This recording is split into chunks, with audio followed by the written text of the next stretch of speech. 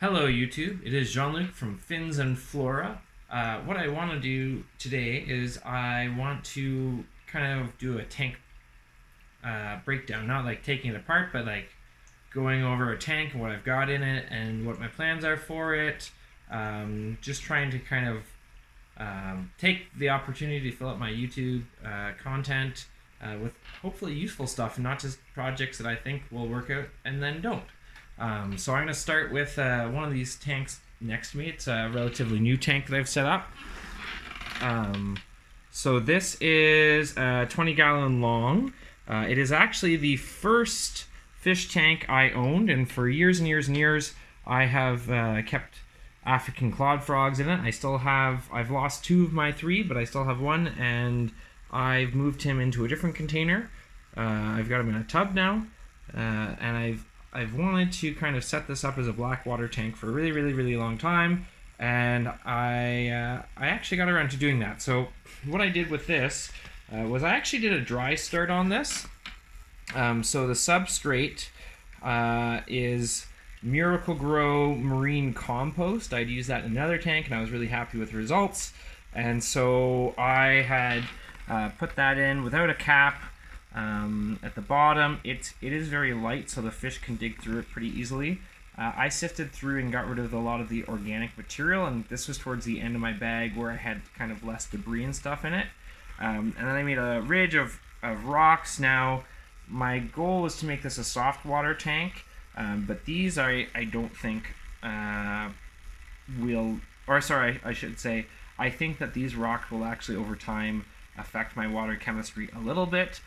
So what I've done is I've just put straight RO water in here, and I figured that enough of the minerals will come out that the fish and the plants will need from these rocks and from the substrate, because I imagine has lots of minerals in it too. It's a bit thicker in the back, you can't see, because I've kind of set this up as a blackwater tank, which the substrate was good for, but also I have some bonnie wood, but it makes it hard to kind of film with all this glare. So if I point, I get a little bit better. Now, the plants that I had actually dry started it with, I had done it for about 2 weeks, and I had saran wrapped over the top.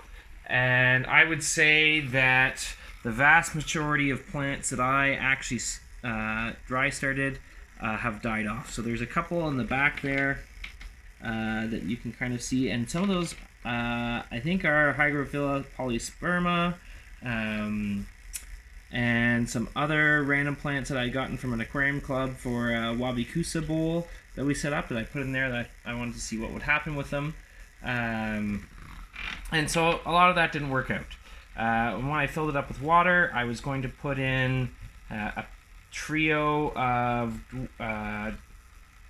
dwarf gouramis, and that didn't work out because I couldn't find any females. So I have 2 males in here, and then I also got some golden tetras, and so I have a school of 7 of those guys swimming around in here. My original plan was that I'd have a trio of gouramis and kind of get this all jungly and hopefully have them reproduce and have the fry grow up in here, because I had that happen once with some betta fish with a really overgrown jungly blackwater tank, and that plan's not, maybe far in the future when people can order fish again, I can go back to that. But I kind of like these guys.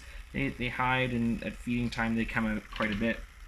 I've put in a bunch of narrow leaf Java fern kind of along here, and I got some Anubias nana petite that I think is starting to throw up another flower. There's a bucket somewhere that is catching a bunch of the glare off of this. Oh, it's underneath my chair. In the back,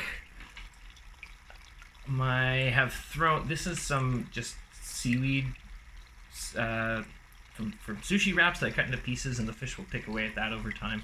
But in the back corner there, I've put in a dwarf tiger lotus, and I've never really let this plant throw up lily pads, so I've kind of got nothing else going on in that corner. It's right underneath the filter, so I don't know how well it'll do, but I'm gonna let those go crazy back here. Originally I was gonna put some Vallisneria and other stuff back there, but I decided I'm gonna go with this because I have this plant in a bunch of other tanks and I really like it, but I've never tried to get it to flower, and I've never let it throw up lily pads. I've got some bulbitis fern right in front of that, which I don't know if you can kind of see.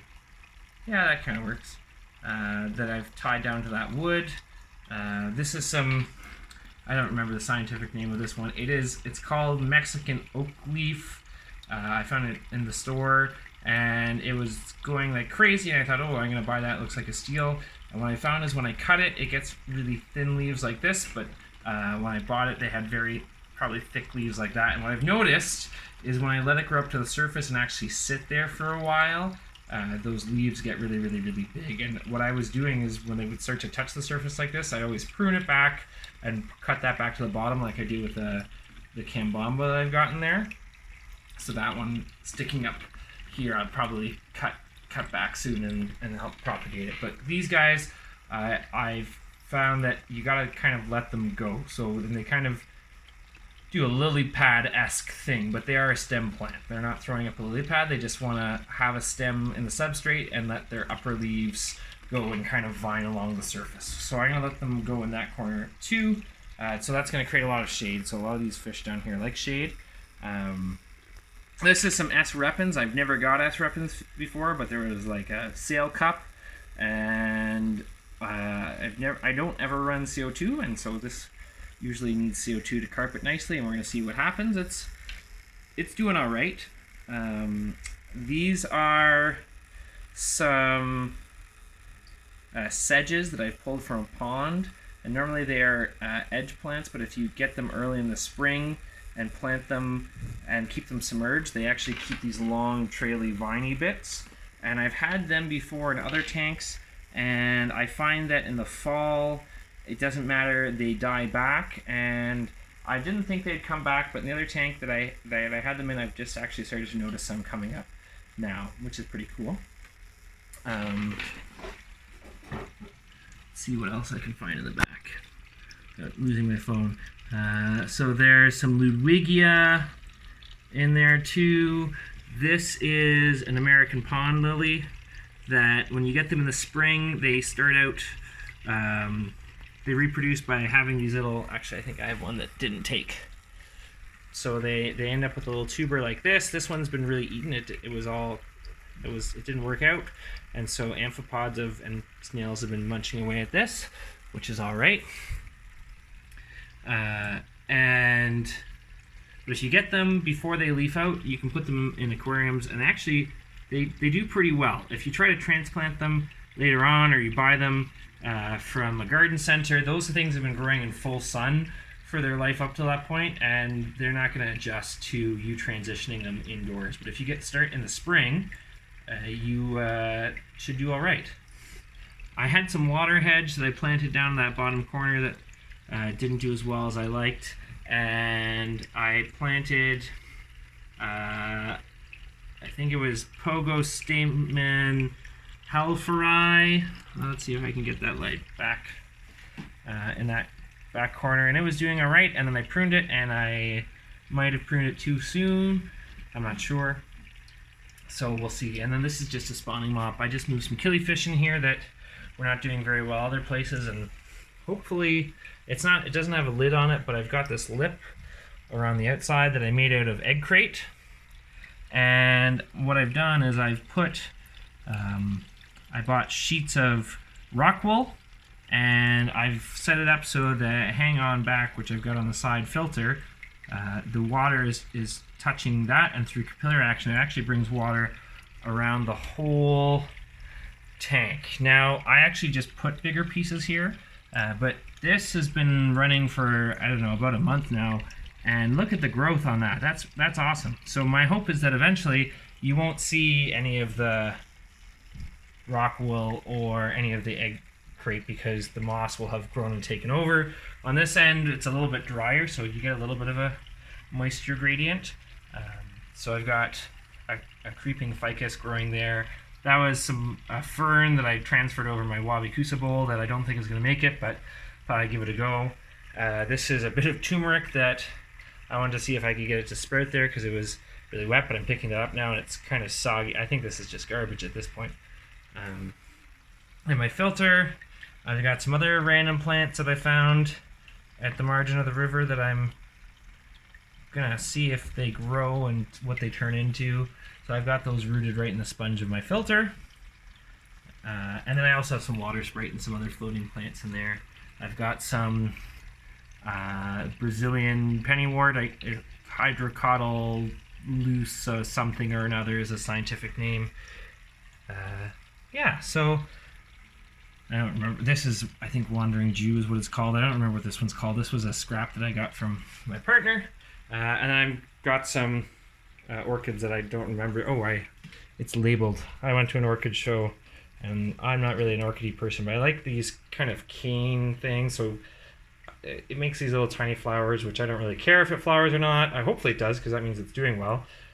But I got it mostly because I like the foliage on it, which is what you see most of the time on orchids anyway, so you might as well like the foliage. So this is Cloud. Oh, right. So that's the name it was sold under. When I did some research, there's like 5 different taxonomical names that are accepted for it. So basically it came from Central America, cloud forest, and there wasn't any detailed description on how to grow it. But I figured cloud forest, it's growing as an epiphyte, it's probably going to like lower light, high humidity kind of thing. So hopefully it does well in the fish room here. I've got it kind of between above this light, which is not getting much, maybe some reflection off the water down there, and I've got another grow light up here over the snake tank. So anyways, yeah, that's my 20-gallon long blackwater tank that I've had running for, I guess, 2 months. And I don't think I said I had it dry started for about 2 weeks before I flooded it. And one thing, and I might do a follow-up video is I have another 5-gallon tank here. And you can see this one is actually the same substrate. I don't think I dry started this one. I was doing something else with this one, and I was dry starting it, and then that didn't work out, and so I got impatient, and I decided to try and just rush it. And I think I soaked it a little bit and filled it up slowly, and it's going really anoxic, and I've got gases building up, and the substrate is constantly sending up bubbles and sending out clouds, which is very frustrating. It's got an air stone circulating the water, so little fine bits never really settle back out. Whereas this tank, same substrate, no cap, but I let it dry start for 2 weeks, and the substrate behaves nicely the way I want it to. So, I don't know. Maybe it's that I have too much in here,